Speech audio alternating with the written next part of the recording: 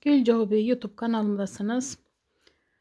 Bir önceki videoda patiğimizin anlatımını yapmıştım. Şimdi arkadaşlar fiyongumuzun anlatımını bu videoda paylaşayım inşallah. İki parça halinde öreceğiz. Ortaya bir tane 6 numara inci. Bu kenarlara bir önceki videoda söyledim mi hatırlamıyorum. 4 numara inci kullandım. Fiyongdaki 6 numara arkadaşlar. 3 numara tığ ile örüyorum ben. 1,75 milim. Sizler elinizde ne varsa, el ayarınıza hangisi uygunsa onunla örebilirsiniz. Bir tane zincir çekiyorum. 2, 3, 4, 5, 6, 7, 8, 9, 10, 11, 12, 13, 14. 14 tane bu şekilde zincirlerimi çektim. Bir tane tığımda ilmek var. 2, 3, 4, 5, 6, 7, 8, 9, 10, 11, 12, 13 ve 14 tane ilmek aldım. 14 zincirin üzerine 14 tane ilmek aldım. Şimdi toplayarak başa dönüyoruz.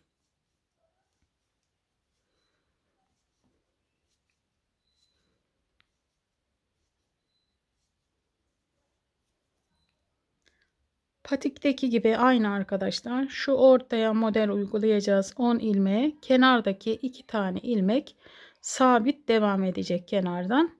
Şimdi bir tığım da var. İkincisini örüyorum. Geriye dönüyorum. Tekrar 2 ilmeği yine ördüm. Şimdi 1, 2, 3, 4, 5, 6, 7, 8, 9, 10. 10 ilmeği bu şekilde oluşturdum. Kenarda yine bakın 2 tane sabit ilmeğim var. 1 ve 2. Bunları dönüyorum geriye. Bir kez daha örüyorum. Yine dönüyorum geriye. Bir zincir çekiyorum. Sonra arkadaşlar 2, 3, 4 ve 5 ilmeği sıkıladım. 1 ve 2 zincir çekiyorum. Sonra diğer 5 ilmeği sıkıladım. Bir zincir çekiyorum. 1 ve 2 ilmeği örüyorum kenardaki.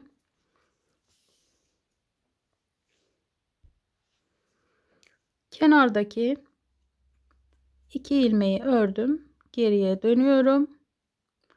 Tekrar bir tığım da var. İkinciyi örüyorum. Şimdi yine bakın bu kenardaki zincirin boşluğun içine 1, 2 tane bu şekilde ilmek oluşturdum. Üçüncüyü modelin tepeden. Şimdi bu ortaya 1, 2, 3, 4 tane yine ilmeğimi oluşturdum. 5. modelin tepeye. Diğer kenara da 1, 2 tane ilmek yaptım. Kenardaki 2 ilmeği normal şekilde ördüm. 1, 2 geriye döndüm. Bu 2 ilmeği bir kez daha örüyorum, geriye dönüyorum. Bir zincir çekerek 5 ilmeği bir kere de aldım. Bir zincir çektim. Diğer 5 ilmeği bir kere de aldım, sıkıladım. Bir zincir çekerek 1 ve 2 ilmeği ördüm. Şimdi tığımda 1 var. İkinci ilmeği örüyorum, dönüyorum. Yine örüyorum bu 2 ilmeği. Şimdi arkadaşlar bu kenara bir ilmek, modelin tepesine ikinci ilmek, ortaya üçüncü ilmek, diğer modelin tepeye dördüncü ilmek ve bu kenardaki boşluğa beşinci ilmeği yaptım. 1 2 kenardaki ilmeği ördüm, döndüm, bir kez daha örüyorum. Şimdi bir zincir çekerek bu 5 tane ilmeği bir kere de sıkıladım ve kenardaki 1 ve 2 ilmeği ördüm arkadaşlar. Bir tığım da var. İkinci ilmeği ördüm, geriye döndüm, tekrar bu 2 ilmeği ördüm. Şimdi bu kenara 1 2 ilmek yaptım. Üçüncü ilmek modelin tepeye, diğer kenara 1 2 ilmek yaptım. Şu kenardaki 1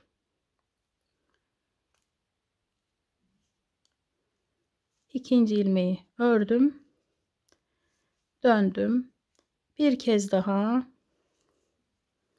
ördüm ve döndüm. Şimdi ortadaki 5 ilmeği bir kere de topladım, sıkıladım ve kenardaki 2 ilmeği ördüm. Son olarak bir tığım da var. İkinci ilmeği ördüm, ortadan bir tane ilmek aldım, 3 kenardaki ilk ilmek ve sonuncu ilmek. 5 ilmek yaptım, hepsini bir kere de topladım, 1 2 zincir çektim. Bu şekilde arkadaşlar. Şimdi bakın şu kenarlardan ters sık iğne yaparak 1 2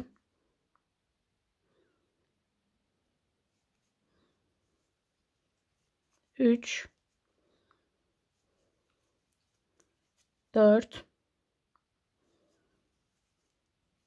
5 6 7 8 9 10 10 tane bu kenara ters sık iğne yaptım, dönüyorum. Sıradan 1 2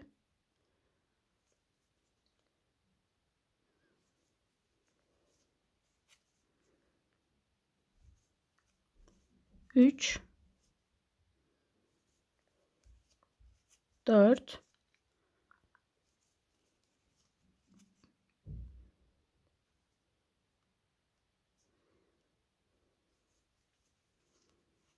5 6 7 8 9, 10, 11, 12 ve 13. 13 tane de buraya yaptık arkadaşlar. Dönüyoruz bu tarafa. 1, 2, 3,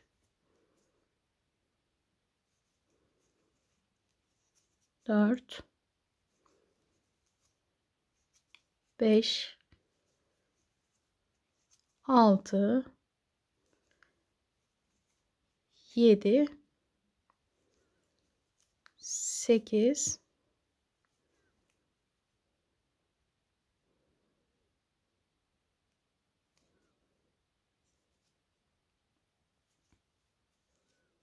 9, 10. 10 tane ters sık iğne de bu tarafa yaptım. Şimdi ilmeğimi büyütüyorum. Bu şekilde içinden geçiriyorum. Bu şekilde sıkılıyorum arkadaşlar.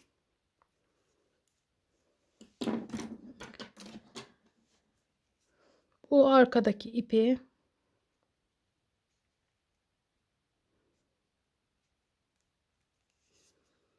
bu şekilde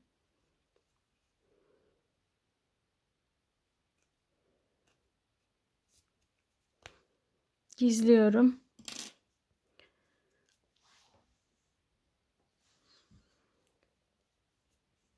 Bu şekilde 2 tane yapıyoruz arkadaşlar. Birinin ipini kısa bırakın. Diğerininkini yarım metre kadar bırakın. Bu hem modelimizi dikeceğiz hem de iki fiyongu kenarlarını birbirine dikeceğiz bununla. Şimdi arkadaşlar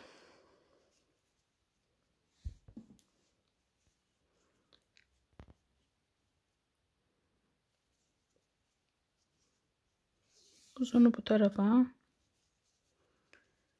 tersini çevirdim şu şekilde, bakın yüz yüze getirdim. Bunu da buradan geçiriyorum. İkisini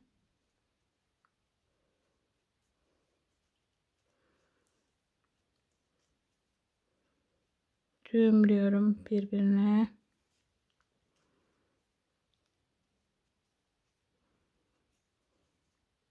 Sıkıca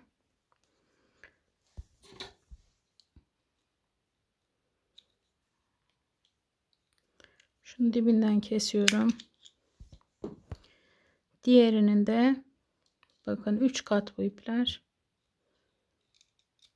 Tek katını çıkarıyorum.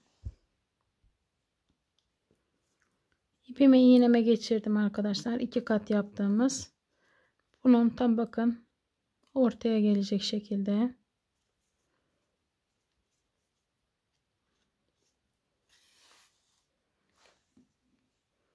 Altı numara inciyi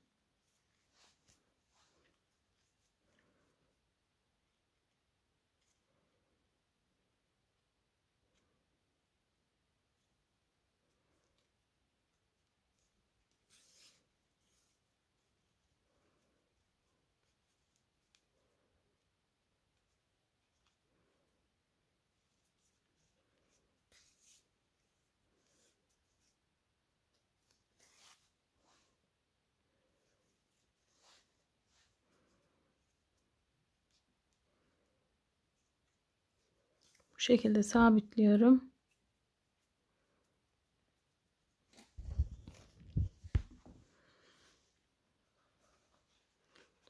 Bakın tam şu ilk modelin oraya gelecek birisinin ucu. Diğeri de buraya gelecek. Bu şekilde dikiyorum patiği arkadaşlar. Umarım güzel bir anlatım olmuştur. Anlaşılır olmuştur. Hepinize kolay gelsin.